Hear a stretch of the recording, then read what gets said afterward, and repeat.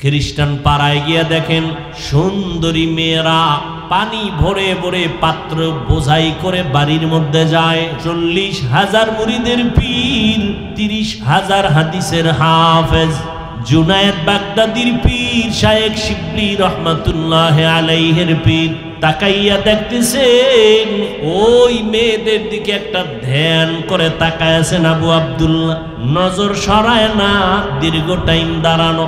শিবলি চিন্তায় পড়ে গেলেন কি ব্যাপার, কিছু বলাও যায় না, বেয়াদবি না জানি হয়ে যায়, এত বড় আল্লাহওয়ালা, এত বড় আলেম।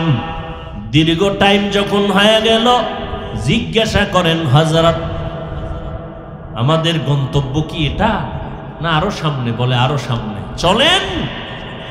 আবু আব্দুল্লাহ বলেন তোমরা চলে যাও। শিবলি রহমাতুল্লাহ আলাইহি ঘটনা লিখেন, জুনায়েদ বাগদাদি আশ্চর্য হয়ে গেলেন, আমরা যাব আপনি যাবেন না কেন? জুনায়েদ বাগদাদি পরেশান হয়ে গেলেন, শিবলি পরেশান, আমাদের শায়েখ গোটা আরব বিশ্বের মধ্যে যার নাম এত সুনাম ছড়ানো, ইরাকের জমিনের মধ্যে সর্বশ্রেষ্ঠ আলেম, ওই সময়ে মুরিদের সংখ্যা 40,000। চিন্তায় পড়ে গেলেন, হযরত যাবেন না কেন? আমরা কোথায় যাব? কয় তোমরা ফোরাত নদীর কিনারায় আমার খানে খায় তোমরা চলে যাও। হযরত বিষয় কি? কয় আমি ওই যে খ্রিস্টান মেয়েরা পানি নিল, ওই সুন্দরী মেয়েকে বিবাহ না করে যাব। পাগল পারা হয়ে গেলেন। জুনায়েদ বাগদাদির কাফেলা কান্নায় বিভোর হয়ে গেল। এত বড় একজন আলেম, এত বড় একজন পীর, তিনি যদি এমন একটা বিপদের সম্মুখীন হয়ে যায়, আমাদের লজ্জায় কোথায় মুখ দেখাবো? পা ঝরাইয়া কান্নার আওয়াজ, আসমানের দিকে হাত উঠায় কয়, রে মালিক, হেদায়েতের দরজা খুলে দাও। হাজার লাখ মানুষ যার দ্বারা জান্নাতের পথ পাইল, আল্লাহ তিনি যেন পথ থেকে হারায় না যায়। 40,000 মুরিদের পীর, 30,000 হাদিসের হাফেজ বলে, জুনায়েদ তোমরা চলে যাও, আমি যাব না, খ্রিস্টান মেয়েকে বিবাহ করব। শিবলি রহমাতুল্লাহ আলাইহি বলেন, দীর্ঘ টাইম আমরা কান্নাকাটি করার পরেও আমাদের চোখের পানিতে মনে হয় মাটি নরম হয়ে গেছে, কিন্তু আল্লাহর ওলির কলবটা নরম হলো না। ভেজাল এক জায়গায় লাগছে তো, এই জন্য কাম সারা হয়ে গেছে।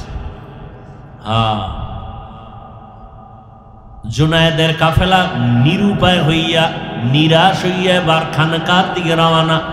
ফোরাত নদীর কিনারায় সবাই যখন চলে গেল, আবু আব্দুল্লাহ আন্দলুসি রহমাতুল্লাহ আলাইহি 30,000 হাদিসের হাফেজ, 40,000 মুরিদের পীর, একা একা হেঁটে হেঁটে মাথায় পাগড়ি, মদিনাওয়ালার জামা লাগানো, হেঁটে হেঁটে গ্রামের মধ্যে গিয়া খ্রিস্টান মেয়েটার বাড়ি হাজির হয়ে গেল। মেয়ের বাবা জিজ্ঞেস করে, কে তুমি? পাগড়ি লাগানেওয়ালা মদিনার আশিক।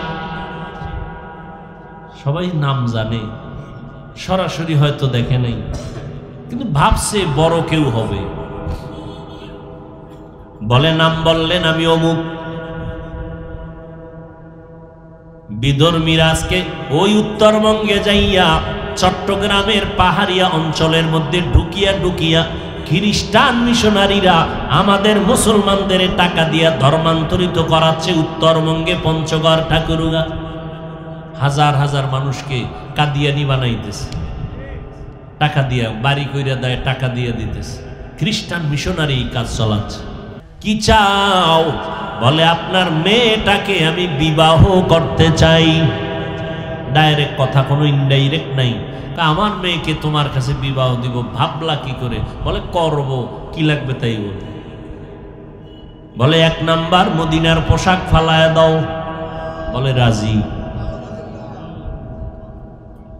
মদিনার পাগড়ি ফালায় দিয়া আবু আব্দুল্লাহ রেডি হয়ে গেল। আল্লাহর কুদরতের পরীক্ষা বড় কঠিন। আবু আব্দুল্লাহ বলে আমি মদিনার পোশাক ফালাইলে হবে? বলে না, আরো শর্ত আছে। বলে কি? আমাদের খ্রিস্টানদের ক্যাপ লাগাবা মাথায়, প্যান্ট শার্ট টাই লাগাবা গলায়, লাগাইয়াও এরপরে পাবনি কয় পাবা না, 1 বছর পর্যন্ত অপেক্ষা করতে হবে, তোমার একটা ডিউটি আছে। বলে কি ডিউটি?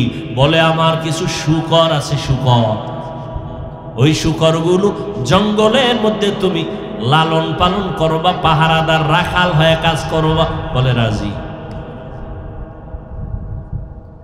মদিনার পোশাক ফালাইয়া দিল, ক্যাপ মাথায় লাগাইয়া, খ্রিস্টানদের টাই গলায় লাগাইয়া রেডি হয়ে গেল। এবার জঙ্গলে যায়, সারাটা দিন ডিউটি করে, শূকরের রাখালগিরি করে। এইভাবে করতে করতে দীর্ঘ কয়েক মাস চলে গেল। ইরাকের জমিনের মধ্যে জুনায়েদ বাগদাদির কাফেলা আবার, কান্না তো বন্ধ নাই, দোয়া বন্ধ নাই, খতম বন্ধ নাই, তাহাজ্জুদ বন্ধ নাই। আমাদের শায়েখেরে তুমি ফিরায়া দাও। 1 বছর চলতে চলতে, 1টা বছর যখন পার হয়ে যাবে সময় ঘনায় আসছে, জুনায়েদের বাগদাদির কাফেলা আবার রওয়ানা। আমাদের শায়েখের হালাতটা কেমন একটু দেখিনি, মাওলা ফিরায়া দেয়। কেউরে কিছু বলে না, কান্না রেডি। আর আমগো ইমাম সাহেব যদি আল্লাহ না করুন কোনো অন্যায় করে, মাইক লাগে না, সাংবাদিক লাগে না, মুসল্লিরাই যথেষ্ট এই ইমামের 12টা বাজানের জন্য। একবারও মুসল্লি চিন্তা করে না, হুজুর যদি অন্যায় করিয়াও থাকে, সেই বে সিক্রেট ভাবে তাকে আমরা একটা লাইনে রাখতে পারলে রাখি, না হয় তাকে সরায় দেই। মানুষ যদি জানে তাহলে শুধু আমাকে ইমামের বদনাম না, গোটা আলেমদের বদনাম হবে। অতএব এতটা প্রচার করি না। নিমক হারাম কিছু বেয়াদব, এরা এগুলো লাইভ দিয়া ফেসবুকে বিভিন্নভাবে গোটা দুনিয়াটাকে এভাবে আলোড়ন করে। একবারও চিন্তা করে না যে আমার এলাকার বদনাম, আমার মসজিদের বদনাম, ওলামা গোটা দেশের আলেমদের বদনাম, একবারও চিন্তা করে না। এগুলো করে করে শেষ পর্যন্ত কোনো ইমামের তো নিজের তো লাভ হলোই না, আলেমদেরও বদনাম করলো, এরপরে নিজের ধ্বংসটাও নিজে টেনে আনলো। এগুলো তো বেশি। ওই 2 জনে রাস্তায় মারামারি করে, 3য় ব্যক্তি গিয়া নিয়ম কি তারা ফিরাবে না? ও নিমক হারাম, এত বড় বদমাস, এত বড় বেয়াদব, ওই মারামারি দেখেও মোবাইলে লাইভ দিতেছে, একবারও ফিরাইতেও যায় না, ওটি ছবি করতেছে, ভিডিও করতেছে। এরকম আছে না নাই? আল্লাহ হেদায়াত দান করুন। আর জুনায়েদ বাগদাদির কাফেলা সারা রাত ঘুম নাই, কান্না, আল্লাহ হেদায়েতের দরজায় ফিরাইয়া দাও। হ্যাঁ, এই মিয়া চরমনের এত বদনাম, এত বদনাম, তাবলিগের এত বদনাম, তাদের কোনো ভালো কাজ নাই কি? চরমনাই, তাবলিগ, এদের মাধ্যমে কি কোনো বেনামাজি নামাজি হয় নাই? তাহলে যারা এত বিরোধিতা করে তাদের তো গুণের কথাটাও বলা দরকার ছিল, যে চরমনের এই 1 পয়েন্টে আমরা দোষ দেখতেছি, কিন্তু আরো 10 পয়েন্টে তাদের এই গুণ আছে, এটা একবারও বলে না। কেন? ওরা আসলে চরমনাইয়ের দোষ খুঁজে না, ওরা মূলত চরমনাইকেই চায় না, ওরা তাবলিগকেই চায় না। মূলত ওরা নিজের মন গড়া কিছু জমিনে নতুনভাবে কিছু দিতে চায়, মদিনার ইসলাম থেকে আলাদা।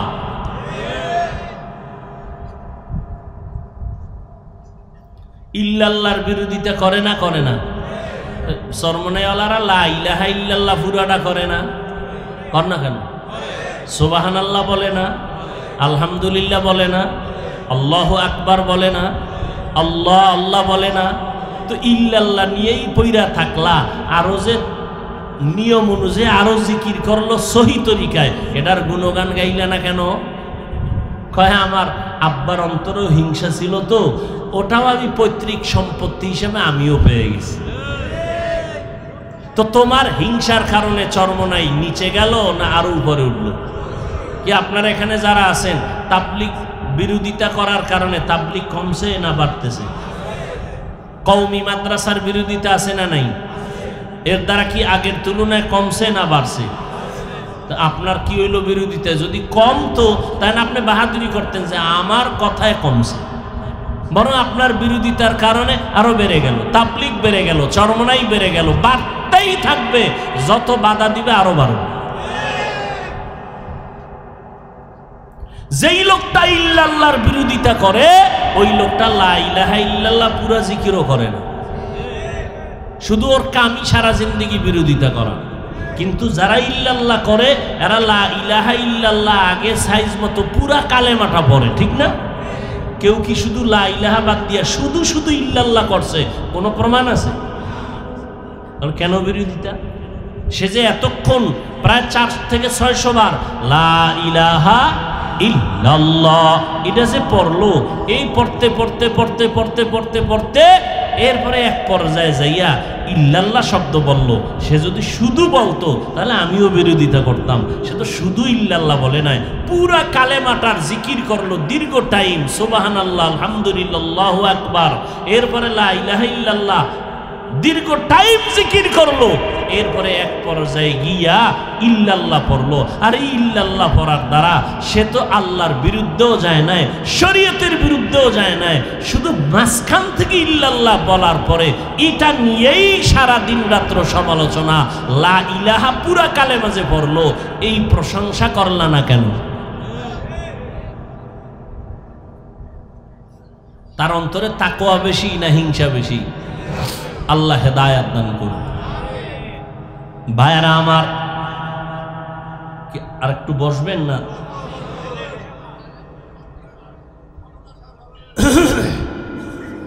আবু আব্দুল্লাহ আন্দলুসি রেডি হয়ে গেলেন, জঙ্গলে শুকারের রাখাল হয়ে কাজ করে বাড়ি আসেন।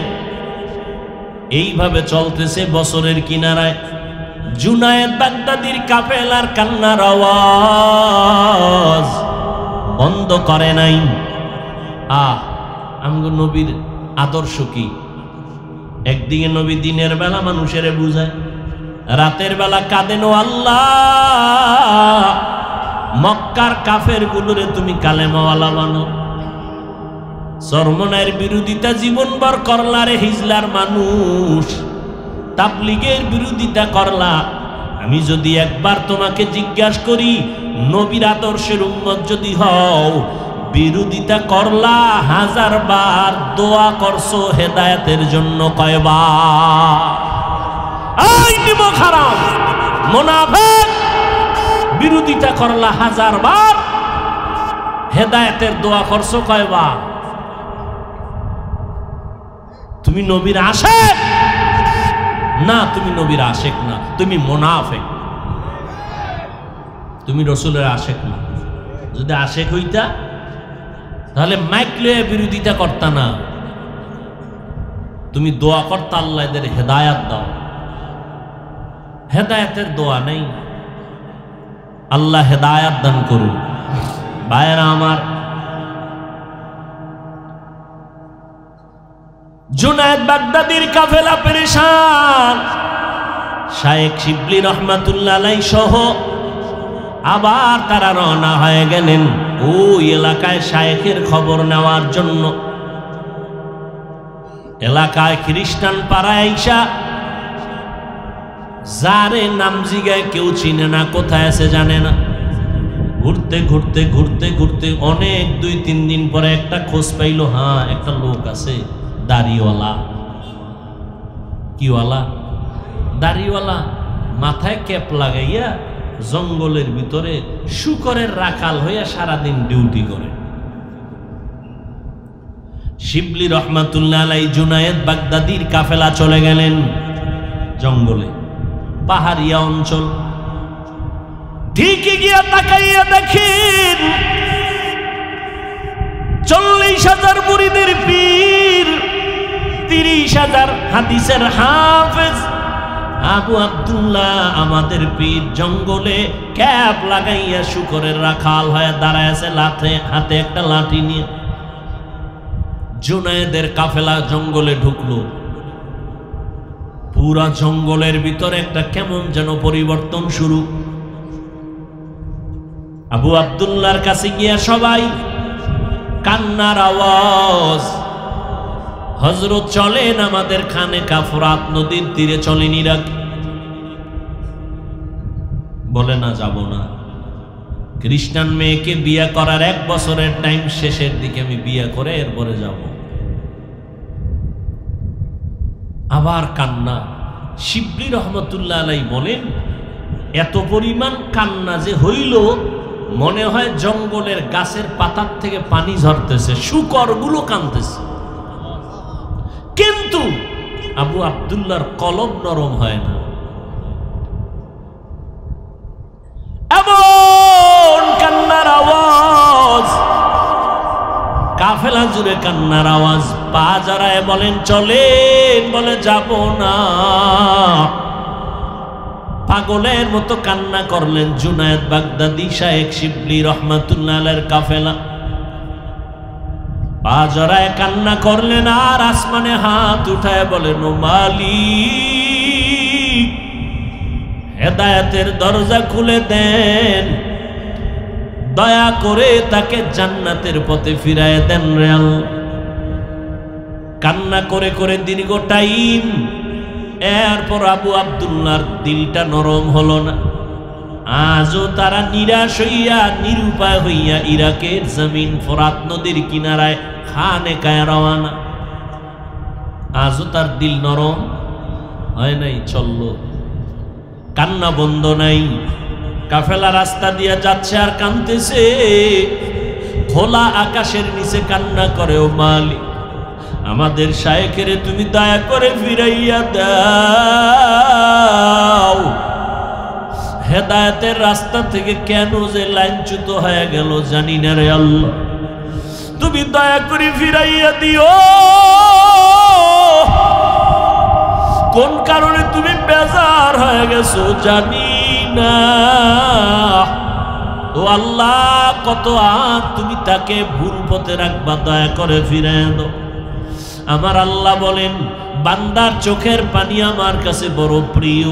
বান্দা যখন কান্না করে দোয়া করে, আমি আল্লাহ তার চোখের পানির দোয়া কখনো বৃথা ফিরাইয়া দেই না। তবে আমি দিতে গিয়ে একটু সময় লাগাই, কারণ দিলে বান্দা হাসবি আর কাঁদবি না।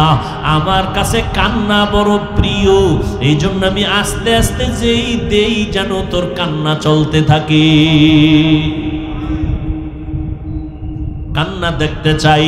একটা কান্না এমন এক পুঁজি, যে কান্না দেখলে বাচ্চার কান্না মায়ের কলিজা নরম হয়ে যায়। ওর ছাত্র যদি কান্না করে ওস্তাদের অন্তরটা নরম হয়ে যায়। ও আল্লাহর গোলাম, আল্লাহ চায় বান্দা কান্না করো। আল্লাহ কোরআনে জন্যই বলেন ফালিয়াজহাকু কালিলা ওয়ালিয়াবকু কাসীরা, কম হাসো, বেশি বেশি কান্না করো। কান্না হলো আল্লাহর প্রিয় এক জিনিস। আজকে কান্না নাই, আছে কান্না নাই, কান্নার বয়ান নাই। বরং এক হুজুর বলে এত কাঁদো কেন, নবী বেশি কাঁদে নাই। আহ, কত বড় নিকৃষ্ট হুজুর! আল্লাহ হেদায়েত দান করুন। অথচ আল্লাহ কোরআনে বলেন কম হাসো, বেশি কান্না করো। নবীজি বলেন কান্না করো, ইবকু ফাইল্লাম তাবকু ফাতাবাকু, কান্না যদি না আসে বাহানা করো, তাতেও সওয়াব হবে।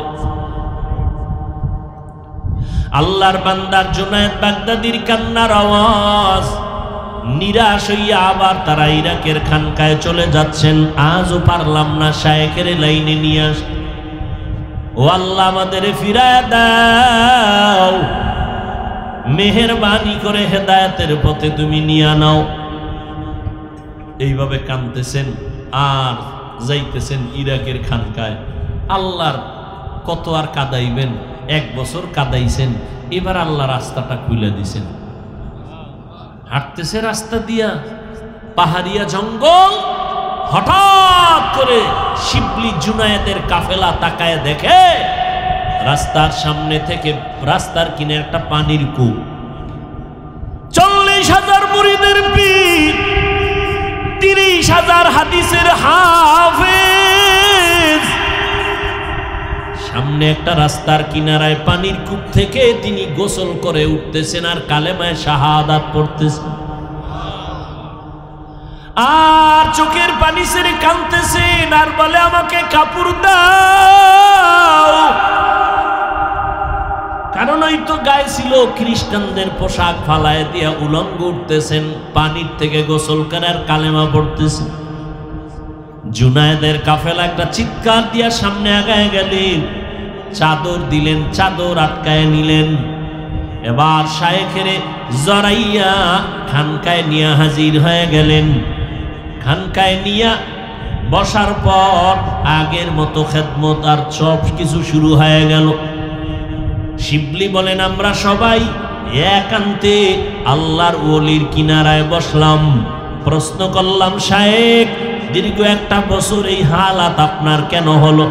আপনি এত বড় একজন পীরে কামেল, 30,000 হাদিসের হাফেজ, কোরআনের হাফেজ, আপনি কেন ফিরে গেলেন? কি হয়েছিল? বলে তা জানি না, তবে শুনো, ওই খ্রিস্টান পাড়ায় গিয়া মেয়েদের আগে যে একটা গির্জা ইবাদত করে খ্রিস্টানেরা, ওখানে যে দাঁড়াইছিলাম তোমগো মনে আসেনি? বলে হ্যাঁ মনে আছে। বলে ওখানে দাঁড়াইয়া আমার অন্তরে একটু অহংকার আসলো। অহংকার কি অহংকার? বলে আমি ওদের দিকে তাকাইয়া বলেছিলাম তোরা সব জাহান্নামী, আমি একা জান্নাতি, তোদের থেকে আমি অনেক ভালো আছি, তোরা খারাপ। এই ভাবনাটা যখন আমি ভাবতেছিলাম, দেখলাম আমার কলবের থেকে একটা নূরের আলো বের হয়ে গেল। এই বয়ান বুঝবে কে? বুঝাবে কে? কে বুঝবে, কে বুঝাবে?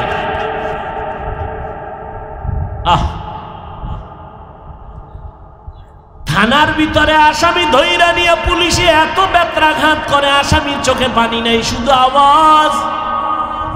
অথচ আল্লাহওয়ালাদের বয়ানে 500 হাত দূরে বৈশা যুবক হাউ মাউ করে কান্না করে। বলো জ্ঞানীরা, ওই বান্দা পুলিশে পিটায় কাঁদে না, আল্লাহওয়ালার বয়ানে 500 হাত দূরে বৈশা কাঁদে কেন রে? মারলো কে বলো? পৃথিবীতে আর দ্বিতীয় একটা কিতাব নাই যেদিকে তাকায় থাকলে সওয়াব। কোরআন শরীফ এমন এক কিতাব যেদিকে তাকায় থাকলেও কি সওয়াব। কিন্তু বর্তমান ভেজালে ভরে গেছে পৃথিবী।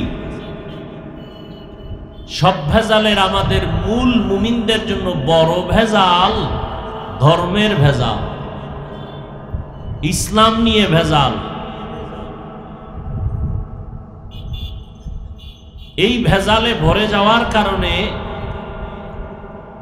একদল বলতেছে যে কোরআন শরীফের অর্থ যদি না জেনে কেউ পড়ে কোনো লাভ নেই। নাউজুবিল্লাহ আসে না? আমরা কি বলি? যদি কেউ বলে কোরআনের অর্থ না জেনে পড়লে লাভ নাই, এটা যদি কেউ বলে সে ভণ্ড। তাকে যারা ভণ্ড বলবে না তারাও ভণ্ড।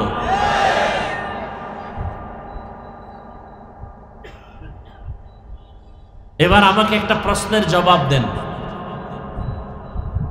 ইসলামের দুশ্মন কি রসুলের যুগে ছিল? কম ছিল? দুর্বল না মারাত্মক? নবীজি তাদের মোকাবেলা করেছেন? বলেন। সাহাবায়ে কেরাম তাদের বিরুদ্ধে নবী কথা বলেছেন? তাহলে ভণ্ড আর বাতিলের বিরুদ্ধে কথা বলা একদিকে সুন্নত আর একদিকে কোরআন শরীফের আইনে ফরজ। কিন্তু বাতিলেরা আপনাদের চোখের মধ্যে ধুলা দেয় আর কি বলে যে তোমগো হুজুর ভালো না, কেন গীবত করে গেল বয়ানের মাঝে। আপনাদের এই ধুলা দেয়, হুজুরে বয়ান করলো না, গীবত করে গেল। কেন গীবত করলো? কয় হিংসায় ভরা। ভণ্ডদের বিরুদ্ধে কথা বলা হিংসা না সুন্নত? ইসলামের দুশ্মনদের বিরুদ্ধে কথা বলা এটা হিংসা না ফরজ? এই পয়েন্টটা আজীবন মনে রাখবেন। যারা বলে কোরআনের অর্থ না জেনে পড়লে লাভ নাই, তারা ভণ্ড। এদেরকে যারা ভণ্ড বলে না তারাও ভণ্ড। বলবেন এরকম কেউ আছে কি? কি আপনাদের জানা মতে আছে? আছে মানি তারা নতুন করে ব্যানার টানায় দিছে তারা আহলে কোরআন। তার মানে কি? তারা হাদিসও মানে না। কেন মানে না? হাদিস তো কার মাধ্যমে আসছে, পরাপর আস্তে আস্তে ভেজাল ঢুকে গেছে। যাই হোক, এ নিয়ে বহু আলোচনা। তবে এতটুকু আপনাদের জেহেনে আমি দিলাম, যারা বলবে কোরআনের অর্থ না জেনে পড়লে লাভ নাই, তারা হক না বাতিল। ইমাম সাহেব যে আপনারা রমাজানে তারাবি পড়ছেন না, খতম পড়েন নাই, হাফেজ সাহেবরা পড়ায় নাই।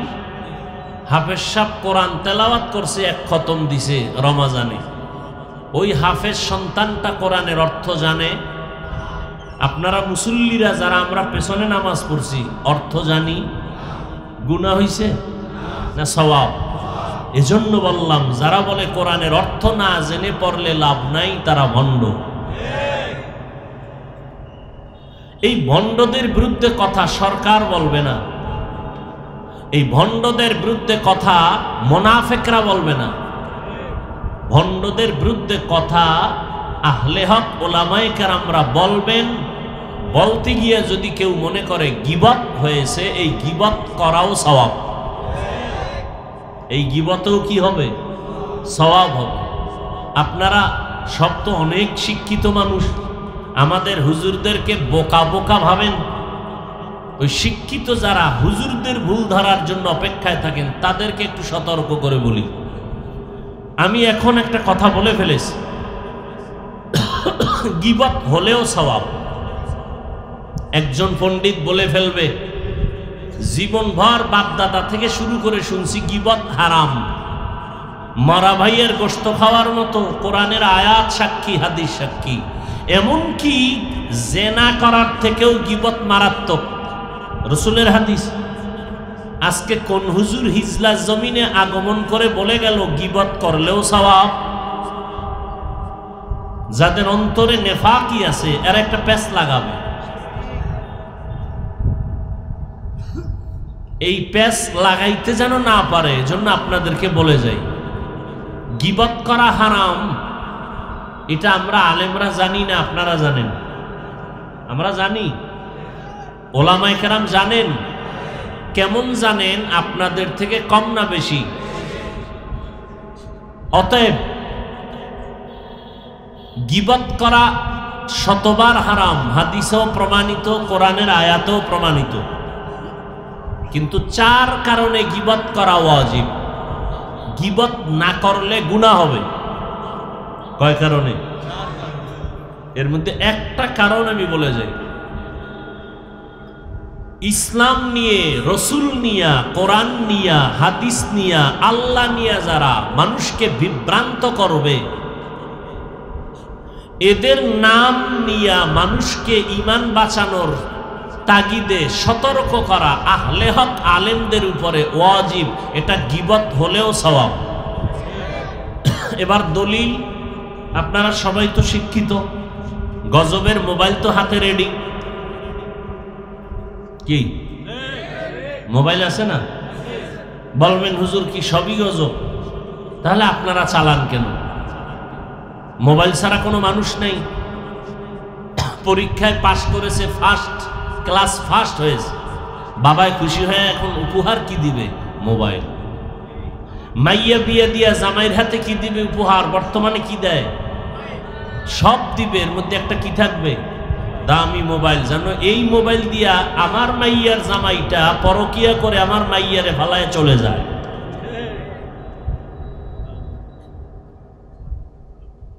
এই মোবাইলের কারণে লেখাপড়া ধ্বংসের পথে, মোবাইলের কারণে চরিত্র ধ্বংসের পথে, এই মোবাইলের অপরাধের কারণে তাজা তাজা প্রাণগুলো কবরবাসী হয়ে যাচ্ছে।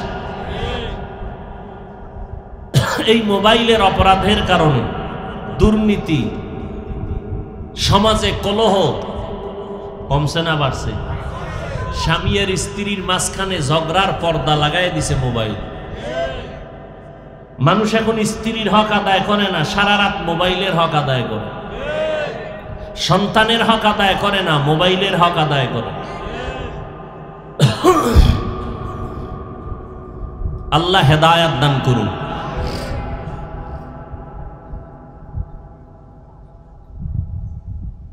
যাদের হাতে মোবাইল আছে, কোরআন শরীফ বাংলা আরবি তো বুঝবেনই না, বাংলাটা বুঝবেন ঠিক কিন্তু কিনবেন না, টাকা নাই। আপনাদের জন্য সহজ করে দিলাম, আজকে বাসায় গিয়ে ইউটিউবে সার্চ দিয়ে লিখবেন বাংলা কোরআন, অথবা গুগলে সার্চ দিবেন, অনেকগুলো কোরআন শরীফের নাম চলে আসবে। এর মধ্যে একটা সিলেক্ট করে এটাকে ডাউনলোড করে নেবেন, নিয়া 114 সূরার সিরিয়াল আসবে বাংলায়। 114 সূরার শেষের দিকে একটা সূরা আছে ওয়াইলুল লিকুল্লি হুমাজাতিল। এই সূরাটা খুলে বের করে এর তরজমা প্লাস তাফসীরটা পড়বেন। ওখানে লেখা আছে ওয়াইল, জাহান্নামদের, জাহান্নাম যত তবকা আছে এর মধ্যে নিকৃষ্ট একটা জাহান্নামের নাম ওয়াইল নামক জাহান্নাম। আল্লাহ বলেন ওয়াইল, জাহান্নামী তারা, ওয়াইল নামক জাহান্নামী, লিকুল্লি হুমাজাতিল লুমাজা, যারা গীবত করে এরা জাহান্নামী। বলে কোন জাহান্নামে যাবে? বলে এরা যাবে হুমাজা, হুমাজাকারীরা ওয়াইল নামক জাহান্নামে যাবে। ওয়াইল জাহান্নামটা বড় মারাত্মক জাহান্নাম। মিথ্যাবাদীর জন্য ওয়াইল নামক জাহান্নাম। ব্যবসা করতে গিয়া মাপে যারা ভেজাল দেয় তাদের জন্য ওয়াইল নামক জাহান্নাম। গীবত যারা করে, মানুষের বিরুদ্ধে অপবাদ দেয়, এদের জন্য ওয়াইল নামক জাহান্নাম। এই সূরাটা আপনারা তো কম বেশি সবাই পারেন, অল্প হলেও পারেন না?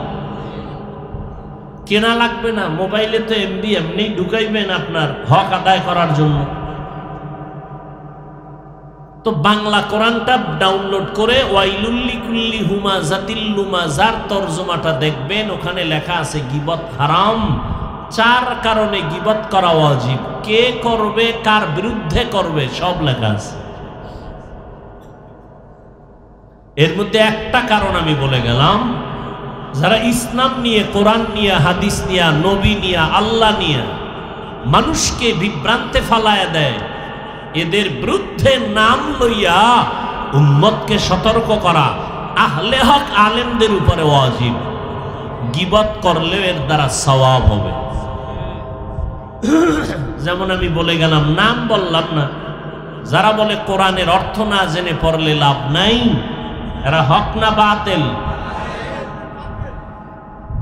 আল্লাহ আমাদের বুঝার তৌফিক দান করেন। আচ্ছা, আলিফ লাম মিমের অর্থ আপনারা জানেন? বলেন বলেন। আমি বক্তাও, নবীজিও বলেন আমিও জানি না, সাহাবায়ে কেরাম বলেন আমরাও জানি না। পৃথিবীতে যত মুফাসসির আছে এর মধ্যে শ্রেষ্ঠ মুফাসসির একজন, যাকে বলা হয় রাইসুল মুফাসসিরিন, সমস্ত মুফাসসিরদের মধ্যে শ্রেষ্ঠ, আব্দুল্লাহ ইবনে আব্বাস রাদিয়াল্লাহু তাআলা আনহু। সাহাবায়ে কেরামের মধ্যে 2 দল, একদল নারী আর একদল পুরুষের নামে রাদিয়াল্লাহু তাআলা আনহু। নারী সাহাবিয়া, পুরুষ সাহাবী একজন।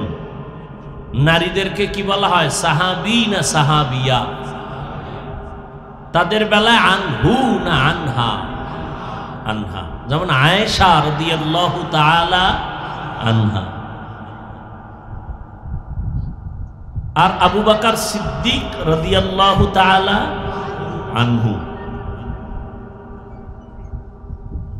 সাহাবায়ে কেরাম যদি একের অধিক হন তখন সাহাবী শব্দ হবে না, সাহাবা হবে। রাইসুল মুফাসসিরিন আব্দুল্লাহ ইবনে আব্বাস রাদিয়াল্লাহু তাআলা আনহু, তিনি শ্রেষ্ঠ মুফাসসির। আমার রাসূলের পরে উম্মতের মাঝে আমার নবীর থেকে তো আর বড় মুফাসসির কেউ আছে? সে আব্দুল্লাহ ইবনে আব্বাস বলেন আমিও জানি না আলিফ লাম মিমের অর্থ কি। তিনিও লিখেছেন ওয়াল্লাহু আ'লামু বিমুরাদিহি বিযালিক, এর অর্থ বা রহস্য আল্লাহ ভালো জানেন। এবার আমাকে বলেন তো, আব্দুল্লাহ ইবনে আব্বাস বলেন আমি জানি না এর অর্থ কি। আবু বকর সিদ্দিক বলেন আমি জানি না এর অর্থ কি। তাহলে আলিফ লাম মিম যে পড়লাম আপনারাও পড়ছেন না? এখন অর্থ তো নবীও বলে আমি জানি না, সাহাবায়ে কেরামও বলে জানি না, যে আমরা পড়লাম সওয়াব হবে? এই জোরে বলেন কেমন সওয়াব? আলিফ লাম মিম, নবী বলেন লা আকুলু আলিফ লাম মিম হরফুন ওয়ালাকিন আলিফুন হরফুন ওয়া লামুন হরফুন ওয়া মিমুন হরফুন। রহমতের নবী বলেন আমি নবী বলি না আলিফ লাম মিম তিনটা মিলে এক অক্ষর, বরং আমি নবী বলি আলিফ আলাদা অক্ষর, মিম আলাদা অক্ষর, লাম আলাদা অক্ষর। যখন বান্দা পড়বে আলিফ লাম মিম, আল্লাহ সাথে সাথে তার আমলনামায় একটা অক্ষরের বিনিময়ে 10। আলিফ লাম মিম তিনটা যখন বলবে অনবরত আমার আল্লাহ ফেরেশতাকে অর্ডার দিয়ে রাখছেন, বলা মাত্রই আমলনামায় 30টা নেক লিখে দাও। তাহলে যারা বলে অর্থ না জেনে পড়লে লাভ নাই, এখন এদেরকে কি বলবো? তাদেরটা ঠিক না নবীরটা ঠিক? আর পৃথিবীতে বর্তমান দুনিয়াতে কোনো আলেম এই কথা বলতে পারবে না আমি পুরো কোরআনের অর্থ যেখান থেকে দিব আমি সেখান থেকে পারবো, না দেখে মোতালা না করে।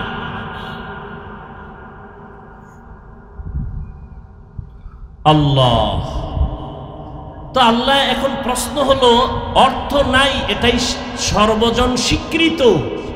আলিফ লাম মিমের অর্থ নাই, আলিফ লাম র অর্থ নাই, কাফ হা অর্থ নাই, হা মিম অর্থ নাই, তো এত দামি কোরআনে দিলেন কেন? প্রশ্ন হতে পারে না? এর অনেক জবাব, আমি এদিকে যাব না, এতটুকুই জবাব দিব সংক্ষেপ। আল্লাহ পাক এই অক্ষরগুলো দিয়া মুমিনের ঈমানকে পরীক্ষা করেন। ওই মুমিন, তুমি কি আমার কোরআন বুঝলে মানবা নাকি না বুঝলেও মানবা? যে বলবে আমি আল্লাহর কোরআন বুঝলে মানি না বুঝলে মানি না, ও কাবার ইমামও যদি হয় কথার কথা সে বেঈমান। আর যদি কেউ বলে আমি আল্লাহর কোরআন বুঝলেও মানি না বুঝলেও মানি, সে রিকশা ড্রাইভার হলেও মুমিন।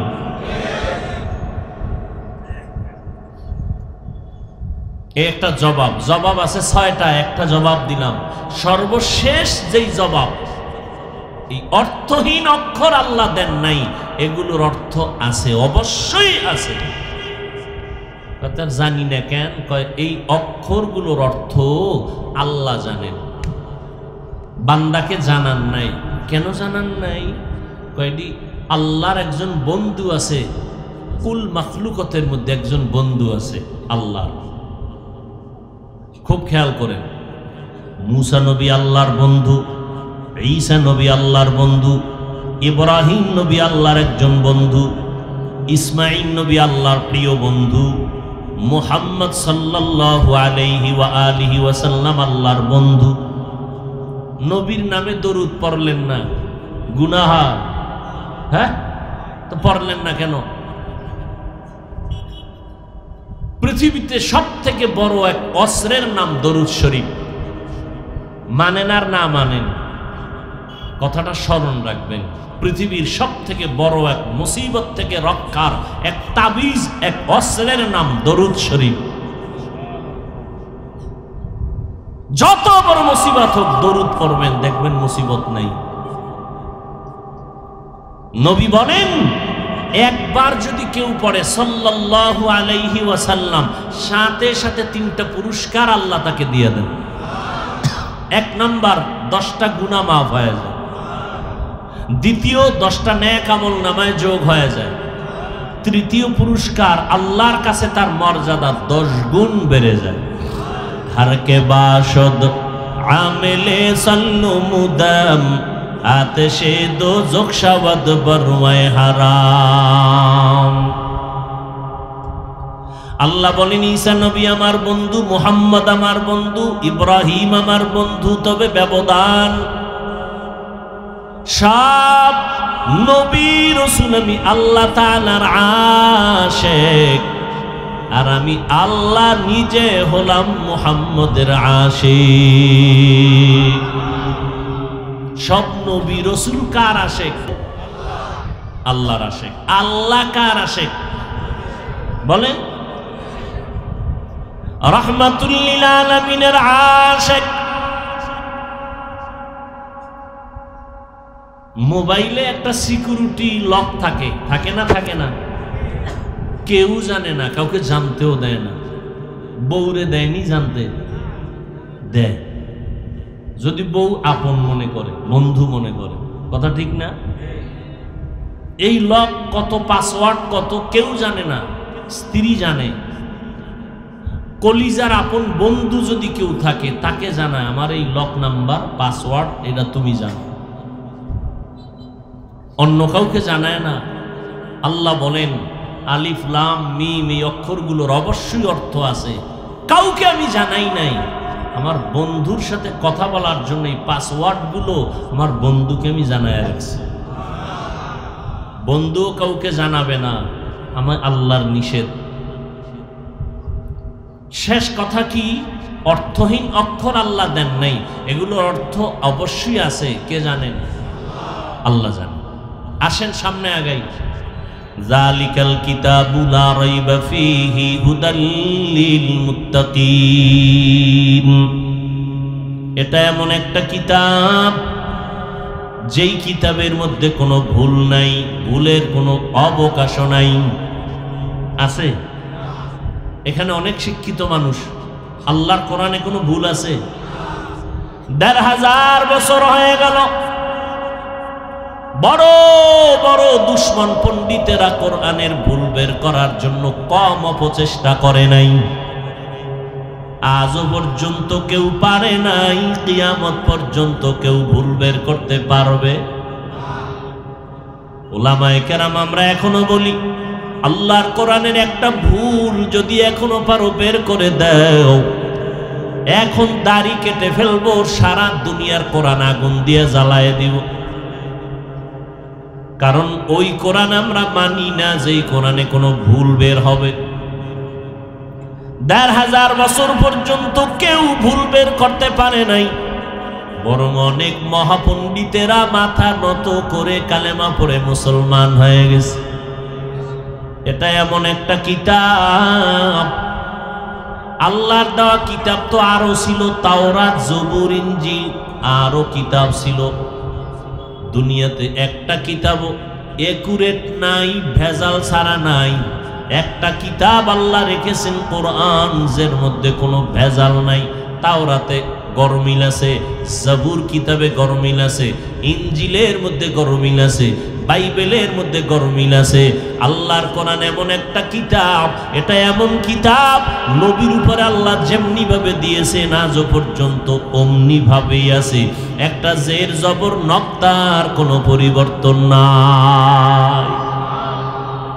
আরো মজার খবর হলো, আল্লাহর কোরআন এটা নবীর কাছে দিয়েছেন পুরা কোরআনটা। আর সে আজিমের মধ্যে একটা তক্তা আছে, যেই তক্তাকে আরবি ভাষায়, কোরআনের ভাষায় বলে লৌহে মাহফুজ। ওখানে পুরা ৩০ পারা কোরআন লেখা আছে। ওখানে যেইভাবে সিস্টেমে সাজানো, বর্তমান কোরআন ওইভাবেই সাজানো, কোনো পরিবর্তন। এখানের কোরআনে আলহামদু সূরাটা আগে, ওখানেও আগে। এখানে আলহামদু সূরার পরে সূরায়ে বাকারা, লৌহে মাহফুজের মধ্যে আলহামদু সূরার পরে সূরায়ে বাকারা।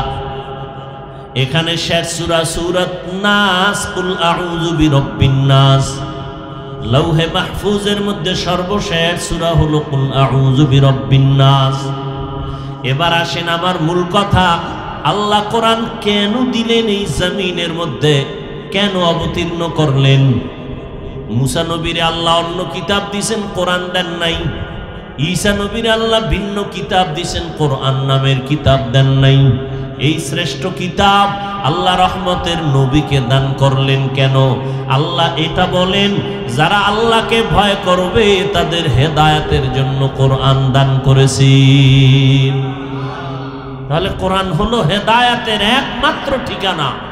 যারা কোরআন ধরবে তারা হেদায়াত পাবে, যারা হেদায়াত পাবে তারা বিনা হিসাবে জান্নাত পাবে। ইমামুল আউয়ালিন আল আখিরিন বাহরে সাদকা রাহমাতাল লিল আলামিন সাইয়্যিদুল কাউনাইন খাতমুল মুরসালিন আখিরা মদবুদ ফখরুল আউয়ালিন। আল্লাহর নবীকে আল্লাহ কোরআন দিলেন হেদায়াতের জন্য। প্রশ্ন, যারা আল্লাহকে ভয় করবে তাদের জন্য কোরআন হেদায়াত। আল্লাহকে যারা ভয় করে তাদের নাম মুত্তাকিন, ভয়ের নাম তাকওয়া। মুত্তাকি কারা? যারা আল্লাহকে ভয় করবেন। আল্লাহকে ভয় করার মানে মরিয়া গেল বান্দা ইচ্ছা করে কোনো গুনাহ করবে না, এর নাম মুত্তাকি। তাকওয়া, তাকওয়া মানে আল্লাহর ভয়। কার ভয় বলেন? আল্লাহর ভয়। আর এই তাকওয়া যাদের অন্তরে থাকবে তাদের নাম হলো মুত্তাকি। আল্লাহর ভয়। এখানে আপনারা যারা বসে আছেন, আমি যদি জিজ্ঞাসা করি আপনারা আল্লাহকে ভয় করেননি, সবাই দু হাত উঁচু করে বলবে আল্লাহর কসম আমরা আল্লাহকে ভয় করি। কি আপনারা ভয় করেন না? সবাই করে। কিন্তু রমাজানে অনেকে রোজা রাখে নাই, তারাও এখানে আছে। এরকম লোক নাই? আবার অনেকে রোজা রাখছে তারাবি পড়ে নাই, এরকম লোক এখানে নেই। আবার অনেকে তারাবির নামাজ পড়েছে 20 রাকাত পড়ে নাই, মাজায় সমস্যা, এরকম লোক নাই? তারাবি 20 রাকাত পড়ে নাই, অর্ধেকও পড়ে নাই, মাইনাসে ছিল, প্লাসে ছিল না। কত রাকাত পড়ছে? 8 রাকাত। কেন? ওমরে ফারুক রসুলের সাহাবীর সাথে তার একটু দ্বন্দ্ব আছে। কারণ 20 রাকাত তারাবির আইন জারি করছেন ওমরে ফারুক রাদিয়াল্লাহু তাআলা আনহু, জামাতের সাথে মসজিদে নববীতে চালু করেছেন হযরত ওমরে ফারুক। এমনি ওমরেরটা মানবে না, নবীরটা মানবে।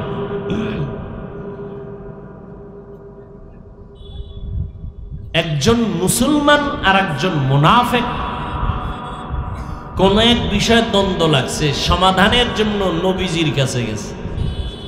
নবীজি সমাধান দিয়েছেন। বিধর্মী লোকটা নবীর সমাধান মেনে নিয়েছেন, মুনাফিক মানে নাই। মুনাফিক কয় নবীর বিচারটা মন মতো হয় নাই।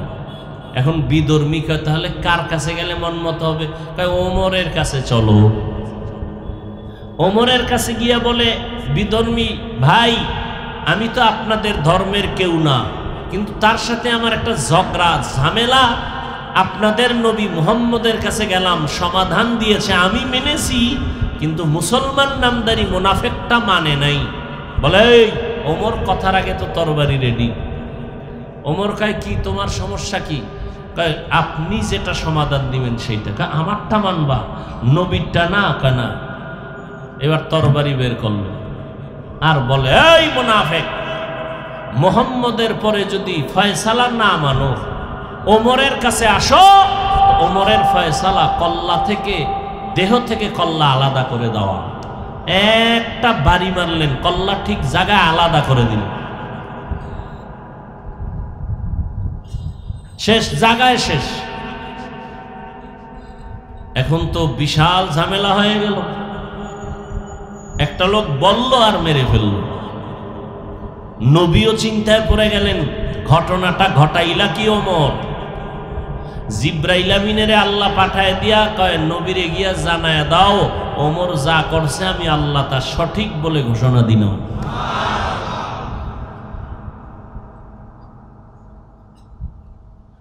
তাহলে নবীর ফয়সালা মানে না, ওমরেরটা মানতে গিয়া ঝামেলায় পড়লো না? পড়লো না? এই সমাজে কিছু মানুষ আছে অতি রঞ্জিত, বেশি বুঝে, বলে আমরা সাহাবী মানি না, আমরা ওমর এই নবী মানি। আল্লাহর কসম একবার, আল্লাহর কসম দুইবার, আল্লাহর কসম তিনবার, ওয়াল্লাহি বিল্লাহি তাল্লাহি। সাহাবায়ে কেরামদেরকে ডেঙ্গিয়ে শুধু নবীকে মানা কোনোদিন সম্ভব না। নবীকে মানতে হলে সাহাবাদেরকে অনুসরণ করেই মানতে হবে। এই কারণেই আহলে সুন্নাত ওয়াল জামাতের সারা দুনিয়ার উলামায়ে কেরামের ফতোয়া, যারা সাহাবাদেরকে মানে না তারা বাতিল, তারা ভণ্ড।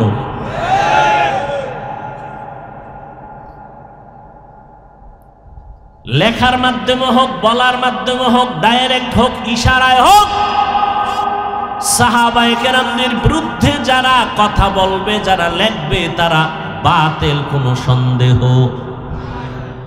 তো বলতেছিলাম রমজানুল মুবারক, অনেকে রোজা রাখে নাই।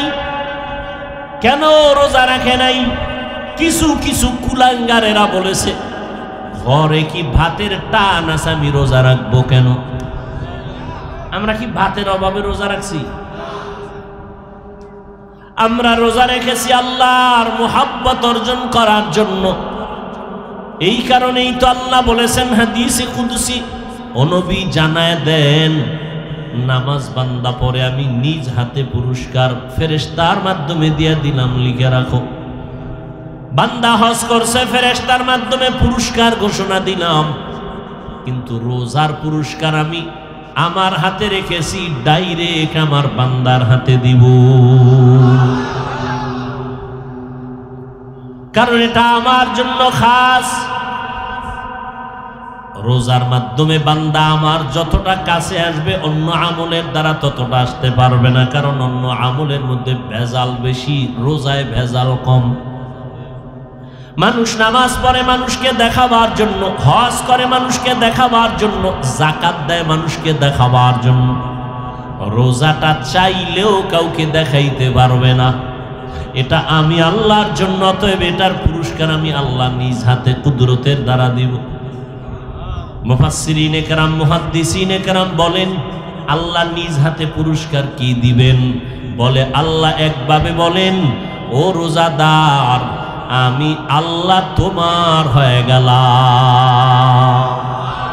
আতিনা ফি দারে দুনিয়া না হাসান, আতিনা ফি দারে উকবা না হাসান, ইয়া গিয়াসাল মুস্তাগীসিন ইহদিনা লিফতিখারা বিল উলুমে ওয়াল গিনা।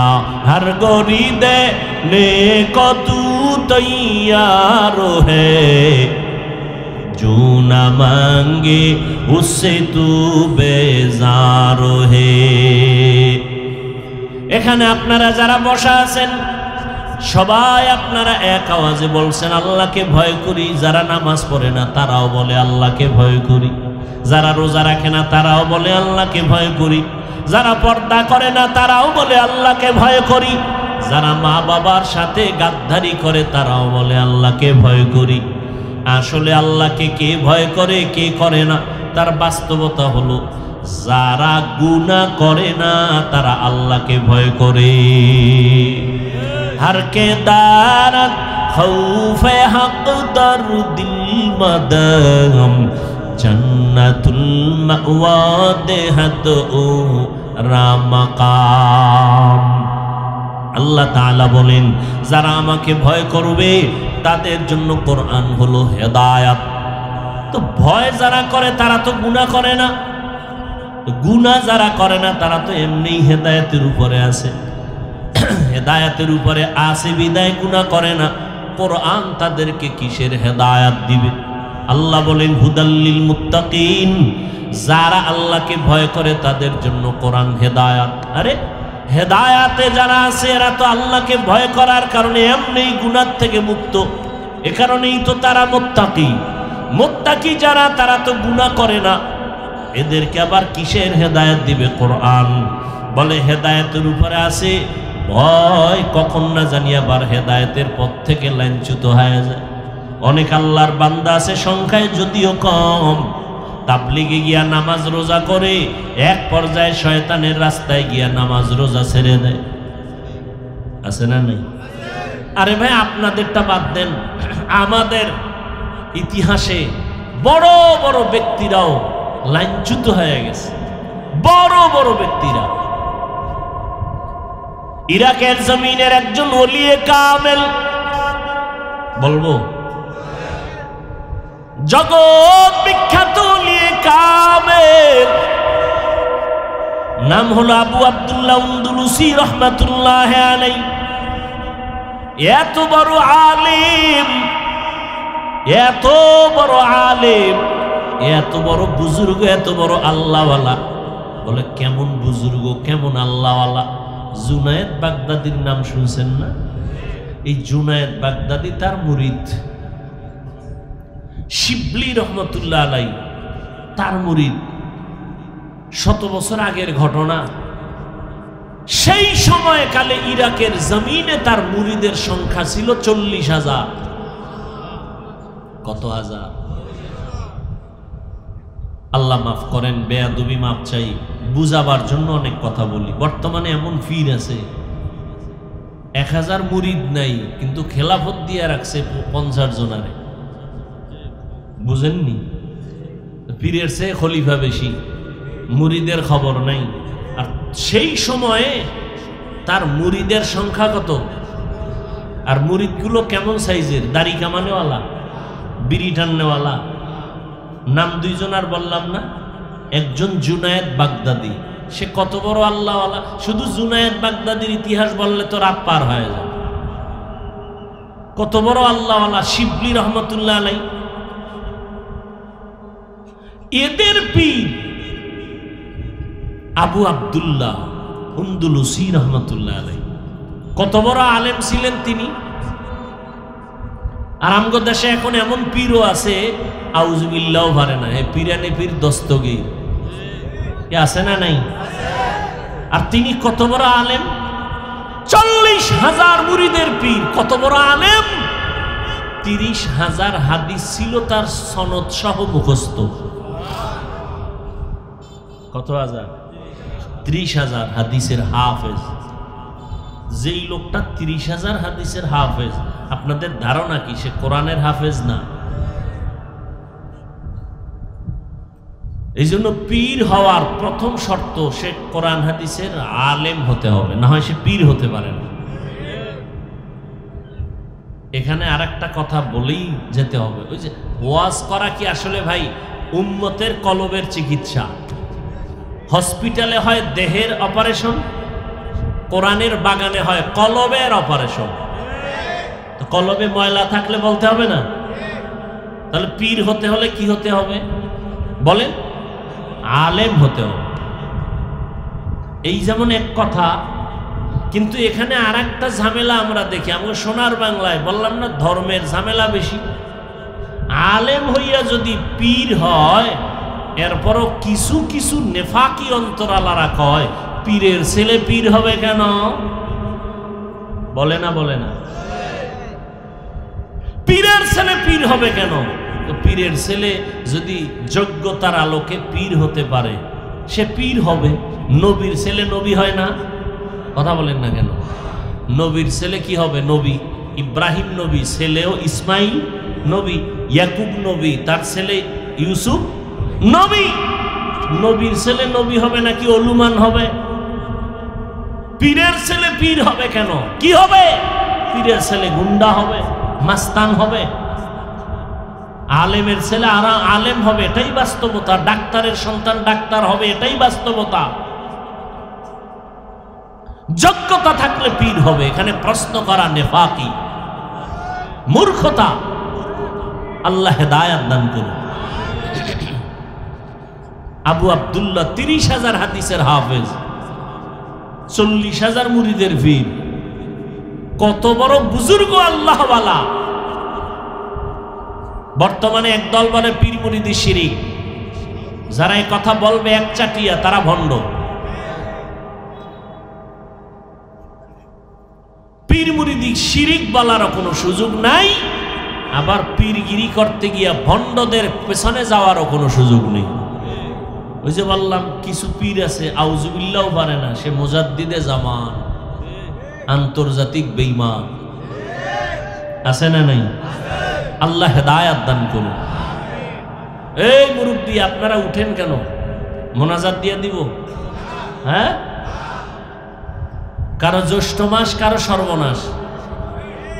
নিজেও ক্ষতিগ্রস্ত হবেন না, কাউকে ক্ষতির মধ্যে ফেলবেন না। আমি শুরুতেই বলছি এই ময়দান বড় দামি, বসার সাথে সাথে গুনাহ মাফ হয়ে গেছে। আবু আব্দুল্লাহ আন্দলুসি রহমতুল্লাহ আলাইহি এত বড় আলেম, এত বড় বুজুর্গ, শাইখুল মাশায়েখ, তিনি একদিন সফরে রওনা হয়েছেন, কোথাও যাবেন। এই সফরে জগৎ বিখ্যাত কুতুবুল আলম জুনায়েদ বাগদাদিও আছেন, শিবলি রহমতুল্লাহ আলাইহি আছেন। যাইতে যাইতে যাইতে যাইতে জঙ্গল পাহাড় হাঁটতে হাঁটতে একটা খ্রিস্টান এলাকা দিয়ে যাচ্ছেন। খ্রিস্টানদের ইবাদতের যেই জায়গা, উপাসনালা, ওখানে গিয়ে দাঁড়াইয়া হঠাৎ দাঁড়ায় গেছেন আবু আব্দুল্লাহ। 40,000 মুরিদের পীর, 30,000 হাদিসের হাফেজ, সনদ সহ খ্রিস্টানদের গির্জার মধ্যে একটু দাঁড়াইলেন, কিছুক্ষণ কি যেন ভাবলেন। কাফেলায় অনেক মানুষ, জুনায়েদ বাগদাদি, শিবলি দোনোজন আছেন, কিছু বলেন না, কোনো না জানি বেয়াদবি হয়ে যায়। কিছুক্ষণ অপেক্ষা করে কি ভাবলেন, আবার সফর শুরু। হাঁটতে হাঁটতে খ্রিস্টান পাড়ার শেষ এলাকায় গিয়া দেখেন পানির কূপের থেকে কিছু সুন্দরী মেয়েরা পানির পাত্রে পানি নিয়ে বাসার দিকে যায়, গ্রামের মধ্যে। খুব খেয়াল করেন, হেদায়েতের মালিক। হেদায়েত বড় কঠিন জিনিস। এই জন্য আল্লাহ বলেন, কোরআন আমি দিলাম, গুনাহগারের হেদায়েতের জন্য কোরআন দিছি, এটা বলেন না। আল্লাহ বলেন যারা মুত্তাকি তাদের জন্য কোরআন দিলাম হেদায়েত। মুত্তাকি কারা? যারা গুনাহ করে না। প্রশ্ন ছিল যারা গুনাহ করে না তাদের আবার কিসের হেদায়েত করবে কোরআন শরীফ? তারা তো এমনি হেদায়েতে আছে।